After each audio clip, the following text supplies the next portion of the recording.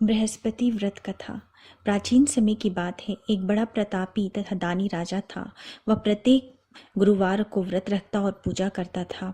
यह उसकी रानी को अच्छा नहीं लगता था। न ही वो व्रत रखती और न ही किसी को एक पैसा दान देती। राजा को भी ऐसा करने से मना करती थी। एक समय की बात है कि राजा शिकार खेलने के लिए वन में चले गए। घर पर रानी और दासी अकेली थी। उस समय गुरु बृहस्पति साधु का रूप धारण कर राजा के दरवाजे पे भिक्षा मांगने आए। साधु ने रानी से भिक्षा मांगी तो वह कहने लगी, हे साधु महाराज, मैं इस दान और पुण्य से तंग आ चुकी हूँ। आप कोई ऐसा उपाय बताइए जिससे यह सारा धन नष्ट हो जाए और मैं आराम से रह सकूं। साधु रूपी बृहस्पति देव ने कहा, हे देवी, तुम बड़ी विचित्र हो। संतान और धन के लिए भी कोई दुखी होता है। अगर तुम्हारे पास धन अधिक है तो उसे शुभ कार्यों में लगाओ जिससे तुम्हारे दोनों लोग सुधरें।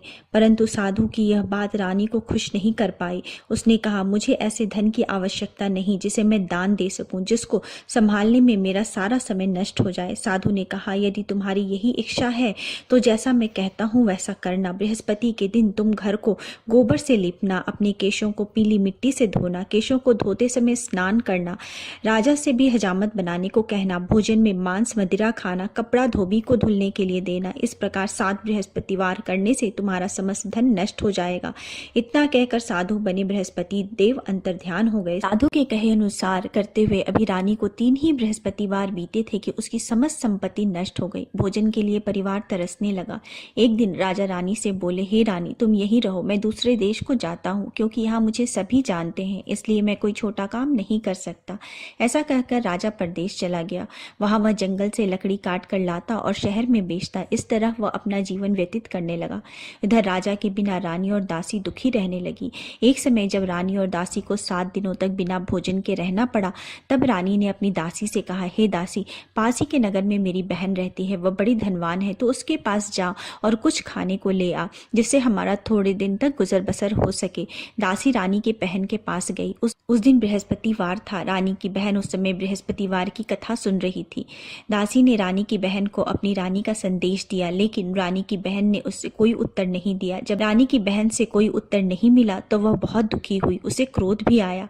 दासी ने वापस आकर रानी को सारी बात सुना डाली। सुनकर रानी ने अपने भाग्य को कोसा। उधर रानी की बहन ने सोचा कि मेरी बहन की दासी आई थी, परंतु मैं उसे कोई उत्तर नहीं दे पाई, उससे वह बहुत दुखी हुई होगी। कथा सुनकर और पूजा समाप्त कर वह अपनी बहन के घर गई और कहने लगी, हे बहन, मैं बृहस्पतिवार का व्रत कर रही थी।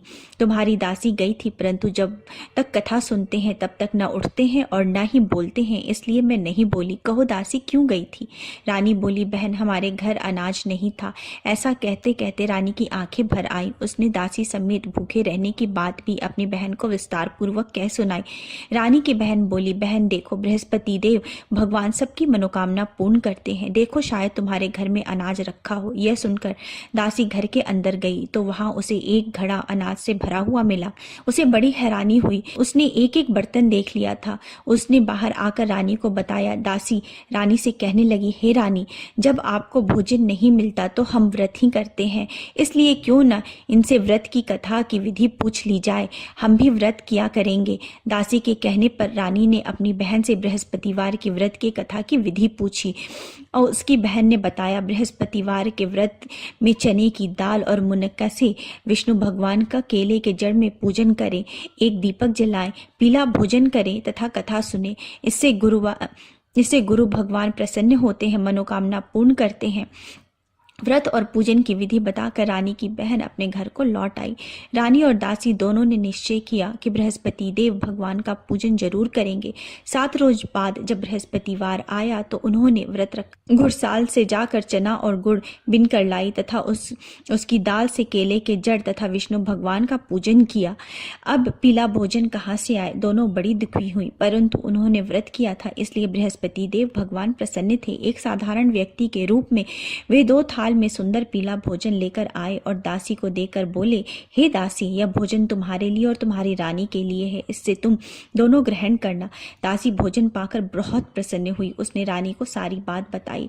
उसके बाद वे दोनों प्रत्येक बृहस्पतिवार को गुरु भगवान का व्रत करने और पूजन करने लगी। बृहस्पति भगवान की कृपा से उनके पास धन आ गया। परंतु रानी फिर पहले की तरह आलस्य करने लगी। तब दासी बोली, देखो रानी, तुम पहले भी इस प्रकार आलस्य करती थी। तुम्हें धन रखने में कष्ट होता था, इस कारण सभी धन नष्ट हो गया। अब गुरु भगवान की कृपा से धन मिला है तो फिर तुम्हें आलस्य हो गया है। बड़ी मुसीबतों के बाद हमने यह धन पाया है, इसलिए हमें दान पुण्य करना चाहिए।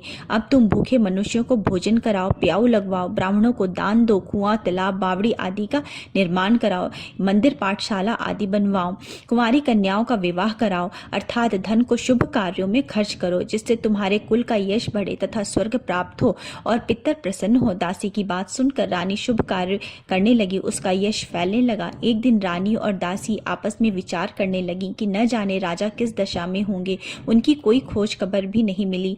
उन्होंने श्रद्धापूर्वक गुरु बृहस्पति भगवान की प्रार्थना की कि राजा जहाँ कहीं भी हो शीघ्र वापस आ जाएं। उधर राजा परदेश में बहुत दुखी रहने लगा। वह प्रतिदिन जंगल से लकड़ी बिनकर लाता और उसे शहर में बेचकर अपने दुखी जीवन को बड़ी कठिनता से व्यतीत करने लगा। एक दिन दुखी होकर उसने पुरानी बातें याद करने लगा और रोने लगा और उदास हो गया। उस समय राजा के पास बृहस्पति देव साधु का वेश में आकर बोले, हे लकड़हारे, तुम इस सुनसान जंगल में किस चिंता में बैठे हो, मुझे बताओ। यह सुनकर राजा के नेत्रों में जल भर आया। साधु की वंदना कर राजा ने अपनी संपूर्ण कहानी कह सुनाई। महात्मा दयालु होते हैं। वे राजा से बोले, हे राजन, तुम्हारी पत्नी ने बृहस्पति देव के प्रति अपराध किया था, इसी कारण तुम्हारी यह दशा हुई है। अब तुम चिंता मत करो, भगवान तुम्हें पहले से अधिक धन देंगे। देखो, तुम्हारी पत्नी ने बृहस्पतिवार का व्रत प्रारंभ कर दिया है। अब तुम भी बृहस्पतिवार का व्रत करके चने के दाल व गुड़ जल के लोटे में डालकर केले के पेड़ की पूजन करो, फिर कथा सुनो और या कहो, भगवान तुम्हारी सब मनोकामनाओं को पूर्ण कर देंगे।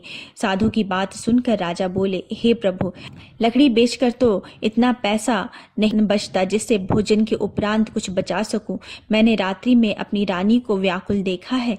मेरे पास कोई साधन नहीं है जिससे उसका समाचार पा सकूं। फिर मैं कौन सी कहानी कहूं, यह भी मुझको मालूम नहीं। साधु ने कहा, हे राजन, मन में बृहस्पति भगवान के पूजन व्रत का निश्चय करो, वे स्वयं तुम्हारे लिए कोई राह बना देंगे। बृहस्पतिवार के दिन तुम रोजाना की तरह लकड़ियां लेकर शहर जाना। तुम्हें रोज से दुगुना धन मिलेगा, जिससे तुम भली भांति भोजन कर लोगे तथा बृहस्पतिवार की पूजा का सामान भी ला सकोगे।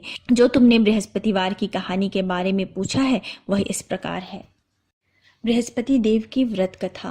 प्राचीन काल में एक बहुत ही निर्धन ब्राह्मण था। उसकी कोई संतान नहीं थी। वह नित्य पूजा पाठ करता था। उसकी स्त्री न स्नान करती थी और न ही किसी देवता का पूजन करती थी। इस कारण ब्राह्मण देवता बहुत दुखी रहते थे। भगवान की कृपा से ब्राह्मण के यहाँ एक कन्या उत्पन्न हुई। कन्या बड़ी होने लगी। प्रातः स्नान करके वह भगवान विष्णु का जप करती थी। बृहस्पतिवार का व्रत भी करने लगी। पूजा पाठ समाप्त कर पाठशाला जाती और अपनी मुट्ठी में जौ भर के ले जाती थी और पाठशाला के मार्ग में डालती जाती। लौटते समय वही जौ स्वर्ण के हो जाते थे और उनको बीनकर वो घर ले आती। एक दिन वह बालिका सूप में सोने के जौ को फटक कर साफ कर रही थी। तभी उसकी माँ ने देख लिया और कहा कि हे बेटी, सोने के जौ को फटकने के लिए सोने का सूप होना चाहिए। दूसरे दिन गुरुवार था। कन्या ने व्रत रखा और बृहस्पति देव से सोने के सूप देने की प्रार्थना की। बृहस्पति देव ने उसकी प्रार्थना स्वीकार कर ली। रोजाना की तरह वह कन्या जौ फैलाती हुई पाठशाला चली गई। पाठशाला से लौटते वक्त जब वह जौ बिन रही थी तो बृहस्पति देव की कृपा से उसे सोने का सूप मिला। उसे वह घर ले आई और उससे जौ साफ करने लगी, परंतु उसकी माँ का वही ढंग रहा। एक दिन की बात है, कन्या सोने के सूप में जौ साफ कर रही थी। उस समय उस नगर का राजकुमार वहां से निकला। कन्या के रूप और कार्य को देखकर वह उस पर मोहित हो गया। राजमहल में आकर वह भोजन तथा जल त्याग कर उदास होकर लेट गया। राजा को जब राजकुमार द्वारा अन्य जल त्यागने का समाचार ज्ञात हुआ तो वे मंत्रियों के साथ अपने पुत्र के पास आ पहुंचे और कारण पूछने लगे। राजकुमार ने राजा को उस लड़की के घर का पता भी बता दिया। मंत्री उस लड़की के घर गए। मंत्री ने ब्राह्मण के समक्ष राजा की ओर से निवेदन किया। कुछ दिन बाद ब्राह्मण की कन्या का विवाह राजकुमार के साथ संपन्न हुआ। कन्या के घर से जाते ही ब्राह्मण के घर में पहले की भांति गरीबी का निवास हो गया। एक दिन दुखी होकर ब्राह्मण अपनी पुत्री से मिलने गए। बेटी ने पिता की अवस्था को देखा और अपनी माँ का हाल पूछा। ब्राह्मण ने सभी हाल विस्तार पूर्वक सुनाया। कन्या ने बहुत सा धन देकर अपने पिता को विदा कर दिया, लेकिन कुछ दिन के बाद वही हाल हो गया। ब्राह्मण फिर अपनी कन्या के यहाँ गए और सभी हाल अपनी पुत्री को कह सुनाया। पुत्री बोली, हे पिताजी, आप माता जी को यहाँ लिवा लाओ, मैं उन्हें वह विधि बता दूंगी जिससे गरीबी दूर हो जाएगी। ब्राह्मण देवता अपनी स्त्री को साथ लेकर अपनी पुत्री के पास राजमहल में पहुंचे तो पुत्री ने अपनी माँ को बहुत समझाया। वो बोली, हे माँ, तुम प्रातःकाल स्नान आदि करके विष्णु भगवान का पूजन करो तो सब दरिद्रता दूर हो जाएगी। परंतु उसकी माँ ने उसकी एक भी बात नहीं मानी। वह प्रातःकाल उठकर अपनी पुत्री की बची जूठन खा लेती थी। एक दिन उसकी पुत्री को बहुत गुस्सा आया। उसने अपनी माँ को एक कोठरी में बंद कर दिया। प्रातः उसे स्नान आदि करा के पूजा पाठ करवाया तो उससे उसकी माँ की बुद्धि ठीक हो गई। इसके बाद वह नियम से पूजा पाठ करने लगी और प्रत्येक बृहस्पतिवार को व्रत भी करने लगी। इस व्रत के प्रभाव से मृत्यु के बाद वह स्वर्ग को प्राप्त हुई। वह ब्राह्मण देवता भी सुखपूर्वक इस लोक का सुख भोग करके स्वर्ग को प्राप्त हुए। इस तरह कहानी कहकर साधु बने देवता वहां से लोप हो गए। धीरे धीरे समय व्यतीत होने पर फिर बृहस्पतिवार का दिन आया। राजा जंगल से लकड़ी काट कर शहर में बेचने गया। उसे उस दिन और दिनों से अधिक धन मिला। राजा ने चना गुड़ आदि लाकर बृहस्पतिवार का व्रत किया। उस दिन से उसके सभी कलेश दूर हो गए। परंतु जब अगले गुरुवार का दिन आया तो राजा बृहस्पतिवार का व्रत करना भूल गया। इस कारण बृहस्पति भगवान नाराज हो गए। उस दिन उस नगर के राजा ने विशाल यज्ञ का आयोजन किया था तथा उसके समस्त राज्य में घोषणा करवा दी थी कि सभी मेरे घर भोजन करने आवे, किसी के घर चूल्हा ना जले। इस आज्ञा को जो न मानेगा उसको फांसी दे दी जाएगी। राजा की आज्ञा अनुसार राज्य के सभी लोग राजा के घर भोजन में सम्मिलित होने के लिए चले गए, लेकिन लकड़हारा कुछ देर से पहुंचा, इसलिए राजा उसको अपने साथ महल ले गए। जब राजा लकड़हारे को भोजन करा रहे थे तो रानी की दृष्टि उस खूंटी पर पड़ी जहां पर उसका हार लटका हुआ था। उसे हार खूंटी पर लटका हुआ दिखाई नहीं दिया। रानी को निश्चय हो गया कि मेरा यह हार लकड़हारे ने चुराया है। उसी समय सैनिक बुलवाकर उसको जेल में डलवा दिया। लकड़हारा जेल में विचार करने लगा कि न जाने कौन से पूर्व जन्म के कर्म से मुझे यह दुख प्राप्त हुआ है, और जंगल में मिले साधु को याद करने लगा। तत्काल बृहस्पति देव साधु के रूप में प्रकट हो गए और कहने लगे, अरे मूर्ख, तूने बृहस्पति देवता की कथा नहीं की, इसी कारण तुझे यह दुख प्राप्त हुआ है। अब चिंता मत कर, बृहस्पतिवार के दिन जेल खाने के दरवाजे पर तुझे 4 पैसे पड़े मिलेंगे। उससे तू बृहस्पतिवार की पूजा करना, तेरे सभी कष्ट दूर हो जाएंगे। अगले बृहस्पतिवार को उसे जेल के दरवाजे पर 4 पैसे पड़े मिले। राजा ने पूजा का सामान मंगवा कर कथा कही और प्रसाद बांटा। उसी रात्रि में बृहस्पति देव ने उस नगर के राजा को स्वप्न में कहा, हे राजा, तूने जिसे जेल में बंद किया है उसे कल छोड़ देना, वह निर्दोष है। राजा प्रातःकाल उठा और खूंटी पर हार टंगा देखकर लकड़हारे को बुलाकर क्षमा मांगी तथा राजा के योग्य सुंदर वस्त्र आभूषण भेंट कर उसे विदा किया। गुरुदेव की आज्ञा अनुसार राजा अपने नगर को चला गया। राजा जब नगर के निकट पहुंचा तो उसे बड़ा ही आश्चर्य हुआ। नगर में पहले से अधिक बाग, तालाब और कुएं तथा बहुत सी धर्मशालाएं, मंदिर आदि बने हुए थे। राजा ने पूछा कि यह किसका बाग और धर्मशाला है। तब नगर के सब लोग कहने लगे, यह सब रानी और दासी द्वारा बनवाया गया है। राजा को आश्चर्य हुआ और गुस्सा भी आया कि उसकी अनुपस्थिति में रानी के पास इतना धन कहाँ से आया। जब रानी ने यह खबर सुनी कि राजा आ रहे हैं तो उसने अपनी दासी से कहा, हे दासी, देख राजा हमको कितनी बुरी हालत में छोड़ के गए थे, वो हमारी ऐसी हालत देखकर लौट न जाए, इसलिए तू दरवाजे पर खड़ी हो जा। रानी की आज्ञा अनुसार दासी दरवाजे पर खड़ी हो गई और जब राजा आए तो उन्हें अपने साथ महल में लिवा लाई। तब राजा ने क्रोध करके अपनी तलवार निकाली और पूछने लगा, बताओ यह धन तुम्हें कहाँ से प्राप्त हुआ। तब रानी ने सारी कथा कह सुनाई। राजा ने निश्चय किया कि मैं रोजाना दिन में 3 बार कहानी कहा करूंगा और व्रत किया करूंगा।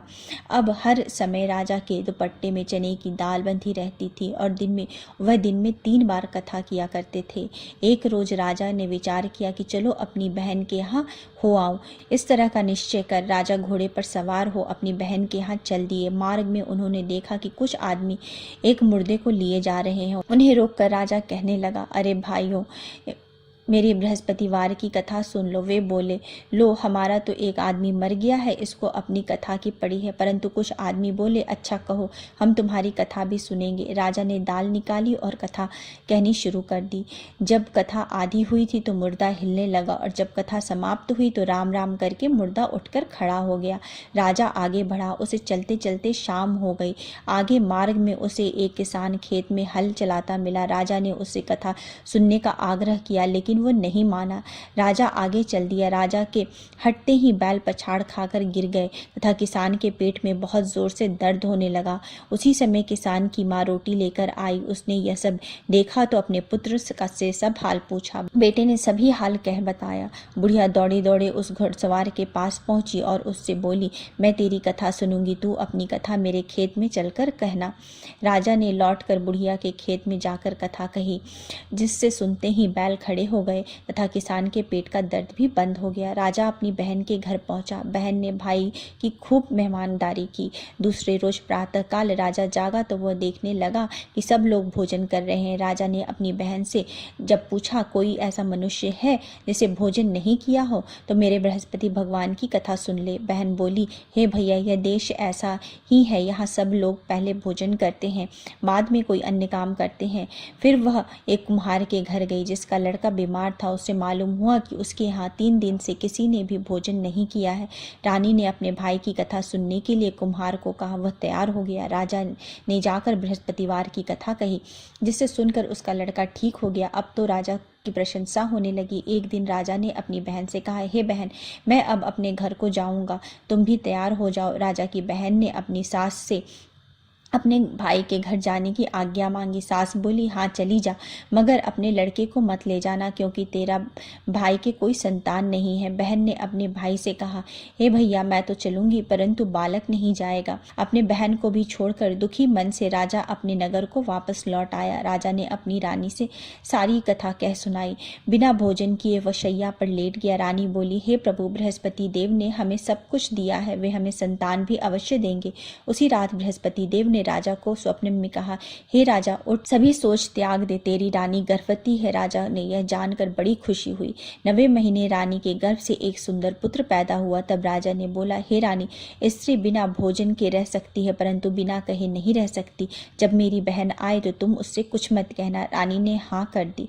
जब राजा की बहन ने यह शुभ समाचार सुना तो वह बहुत खुश हुई और विदाई देने के लिए भाई के यहाँ आई। रानी ने तब उसे आने का उलाहना दिया। जब भाई आपके साथ ला रहे थे तब टाल गई, उनके साथ न आई और आज अपने आप ही भागी भागी बिना बुलाए आ गई।